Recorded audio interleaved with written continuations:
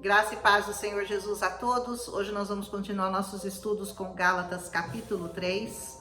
Paulo vai insistir na questão da obediência à lei ou a obediência a Cristo pela fé.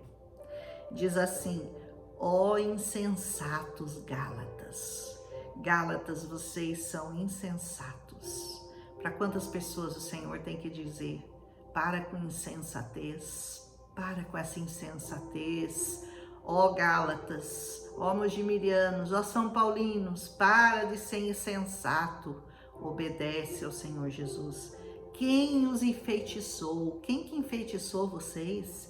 Não foi diante dos seus olhos que Jesus Cristo foi crucificado e exposto como crucificado? Não foi não? Vocês não sabem que Jesus foi crucificado? Foi exposto como crucificado para vocês? E vocês insistem na lei, né? Eu gostaria de saber só uma coisa, Paulo fala. Foi pela prática da lei que vocês receberam o Espírito Santo? Ou foi pela fé naquilo que vocês ouviram? Como é que vocês receberam o Espírito Santo? Praticando a lei? Com certeza que não, né? Então, que ninguém nos faça voltar aos tempos da lei, diz Paulo, né? Será que vocês são tão insensatos que, tendo começado pelo Espírito, querem agora se aperfeiçoar por esforço próprio? Se quer ganhar a sua salvação fazendo obras com as suas próprias mãos? É isso que você quer? Saiba que você só vai conseguir isso pelo Espírito. E agora vocês começam pelo Espírito e agora vocês querem se meter debaixo da lei? É isso. Será que foi inútil vocês sofrerem tantas coisas? Olha as perguntas de Paulo. Será? Se é que foi inútil, aquele que dá o seu Espírito e opera milagres entre vocês, realiza essas coisas pela prática da lei ou pela fé com a qual vocês receberam a palavra? Como que você acha que aquele que dá o Espírito opera milagres? Será que é pela lei ou é pelo próprio Espírito? Ah, Gálatas, vocês precisam meditar mais nesses ensinamentos novos, porque para eles era tudo muito novo, né? Para nós agora é tudo muito óbvio, é tudo muito claro, a gente sabe, e ainda assim tem gente hoje em dia que se põe debaixo da lei, que quer regra, quer obedecer lei. Não quero que seja pelo Espírito, não, tem que ser pela lei. Considerem o exemplo de Abraão, diz Paulo. Ele creu em Deus e isso foi-lhe creditado como justiça, certo? Abraão creu e isso foi creditado a ele como justiça. Pela fé, não foi? Estejam certos, portanto, de que os que são da fé é que são filhos de Abraão. É pela fé que Abraão recebeu, foi creditado a ele a justiça. Então, se você tem fé, você é filho de Abraão. Entende isso? Não é pela lei. Não é pela lei, é pela fé. Prevendo a Escritura que Deus iria justificar os gentios pela fé, o que ele fez? Ele anunciou primeiro as boas novas ao Abraão: por meio de vocês, todas as nações serão abençoadas, diz o Senhor a Abraão. Assim, os que são da fé são abençoados com Abraão, o homem de fé. Abraão não é o nosso modelo máximo de fé?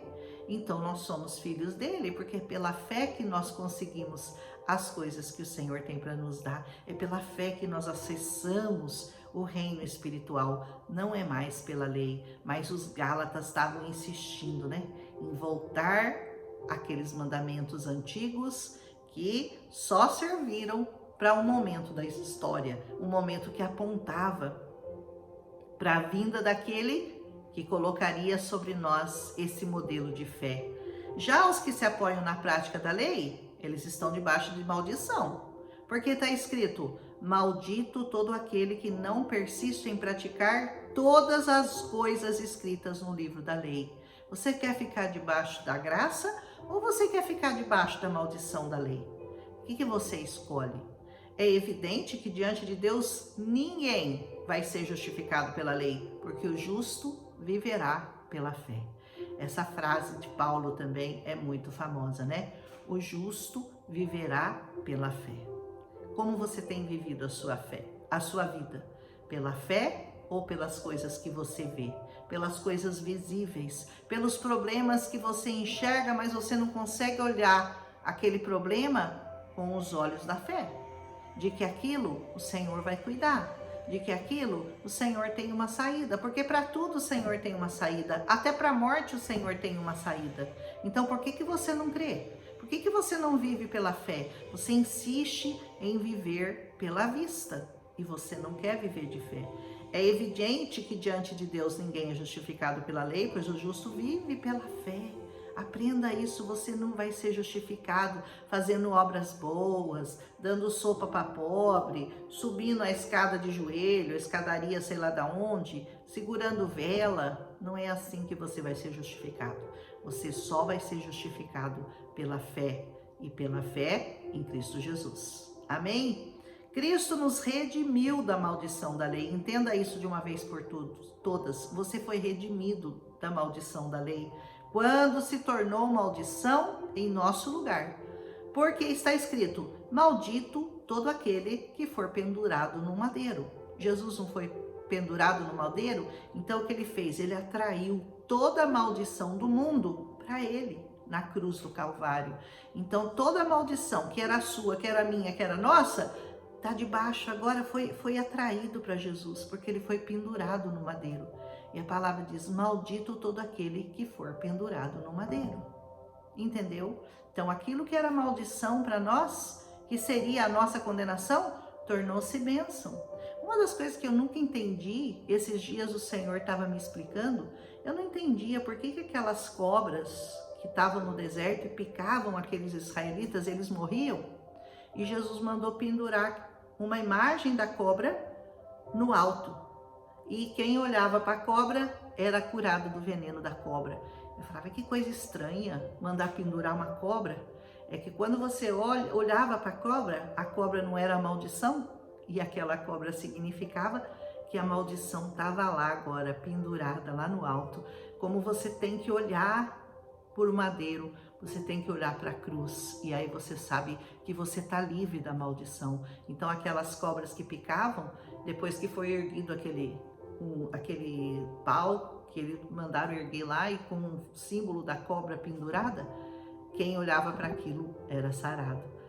E em tudo tem uma explicação, em tudo o Senhor tem uma revelação, e por mais que você não entenda, o Senhor vai trazendo luz, né? À medida que você se aproxima dele, a luz do Senhor vai se achegando até você, né? Isso para que em Cristo Jesus, a bênção de Abraão chegasse também aos gentios, para que recebêssemos a promessa do Espírito mediante a fé. Ele não é o pai da fé? Você não poderia nunca receber a promessa de Abraão mediante a lei. Por quê? Porque você não é judeu. Então a lei não é para você, não foi escrita para você, foi escrita para os judeus. Mas Abraão recebeu a promessa e ele é o pai da fé. Entendeu? Porque ele creu na promessa, mesmo sem ter visto a terra prometida. Nós também caminhamos para a terra prometida e nós não precisamos ver a terra para saber que ela está lá nos esperando na eternidade. Aleluia! A lei e a promessa diz assim, ó irmãos, humanamente falando, Paulo dizia, ninguém pode anular um testamento depois que ele é ratificado e nem pode acrescentar algo a ele. Ponto pacífico? Testamento, é a vontade daquele que partiu, ninguém pode mudar nada, se está escrito, é a vontade dele, tem que ser obedecida. Assim também, as promessas foram feitas a Abraão e ao seu descendente. A escritura não diz aos seus descendentes, não, como se falasse de muitos, mas ela diz ao seu descendente. Então as promessas de Abraão eram para Abraão e para o seu descendente, dando a entender que se trata de um só. Quem que é o descendente de Abraão? É Cristo. Você entendeu? Que a promessa de Abraão era para ele e para o seu descendente. O descendente de Abraão é Cristo. Por isso que a nossa descendência vem a partir de Cristo. Mas nós também somos descendentes de Abraão, porque Abraão, o descendente é Cristo e nós somos descendentes deles. Quero dizer isso, a lei que veio 430 anos depois, ela não anula a aliança previamente estabelecida por Deus, de modo que venha a invalidar a promessa. Não, não é isso. Essa lei que veio depois do Abraão, ela não anula a promessa, a aliança que foi estabelecida por Deus. Porque se a herança depende da lei, já não depende mais da promessa, certo? Tinha feito uma promessa, mas depois da promessa veio a lei. Então a promessa desvinculou da lei, porque agora tinha que cumprir a lei, não era mais a promessa. Mas a promessa deixou de valer? Não, a promessa continuava em pé, continuava valendo, mas aquele povo foi obrigado a viver debaixo da lei, depois que a lei veio. Deus, porém, concedeu-a gratuitamente a Abraão mediante promessa. Abraão não tinha que cumprir a lei. Ele não cumpriu, por quê? Porque a lei veio depois dele. A lei veio através de Moisés, 430 anos depois. Então, não é que não invalidou a promessa que Deus fez a Abraão, mas só que daí, quando veio a lei, eles tinham que passar a viver debaixo da lei. Entendeu? Qual era então o propósito da lei? Pergunta Paulo. Ela foi acrescentada por causa das transgressões, porque estava muito disseminado o pecado. Aí Deus precisava dar uma parada até que viesse o perfeito, até que viesse o justo, até que viesse o Salvador. Então Deus colocou uma lei, até que viesse esse descendente, a quem se referia a promessa, o descendente de Abraão. E foi promulgada por meio de anjos, pela mão de um mediador, porque ela foi entregue através de anjos, através da mão de um mediador. Contudo, o mediador representa mais de um. Deus, porém, é um só. Entendeu? Deus é um só. Aleluia! Então, ele continua explicando. A lei quer dizer que opõe-se às promessas de Deus? Não é isso que ele está dizendo. De maneira nenhuma. Uma não invalida a outra. Uma não substitui a outra. Pois, se tivesse sido dada uma lei que pudesse conceder vida, tudo bem, certamente que a justiça viria pela lei. Mas a Escritura encerrou tudo debaixo do pecado, a fim de que a promessa, que é feita pela fé em Cristo Jesus, fosse dada aos que creem. Vocês conseguem entender isso, gente? A lei não se opõe às promessas de Deus. Não, ela não se opõe, mas era uma lei que não conseguia vivificar, que não conseguia dar vida àqueles que cumpriam a lei. Por quê? Se fosse, certamente, essa justiça viria da lei. Mas o que aconteceu? A Escritura encerrou todo mundo. A palavra de Deus diz que Deus encerrou todos debaixo do pecado para com todos usar de misericórdia. Então ele encerrou todo mundo debaixo do pecado. Então não havia mais como você obedecer a lei e conseguir vida eterna. Entendeu? Ser vivificado. Mas em Jesus isso foi possível, né? Porque foi dado aos que creem. Antes que viesse essa fé, nós estávamos sob a custódia da lei. Então, antes da fé, era a lei. Nela encerrados, até que a fé haveria de vir fosse revestida. Até que a lei pudesse ser revestida pela fé. Assim, a lei foi o nosso tutor, foi o que cuidou de nós até Cristo, para que fôssemos justificados pela fé. Agora, porém, tendo chegado à fé, já não estamos mais debaixo do tutor, não estamos mais debaixo do controle de um tutor. Agora é o Pai, agora é o próprio Pai, é Cristo.